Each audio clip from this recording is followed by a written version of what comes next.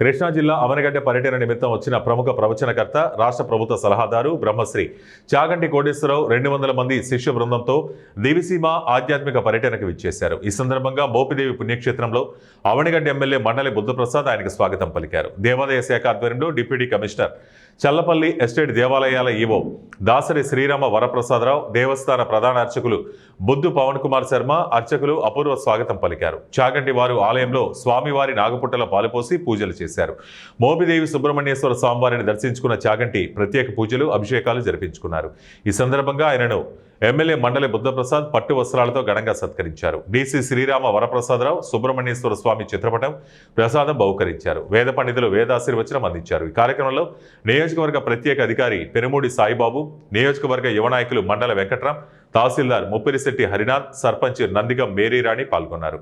అనంతరం చాగంటి దక్షిణ కాశీ క్షేత్రం పెద్దకల్లేపల్లిలోని శ్రీ దుర్గా నాగేశ్వర స్వామి దేవస్థానాన్ని దర్శించుకుని పూజలు జరిపించుకున్నారు.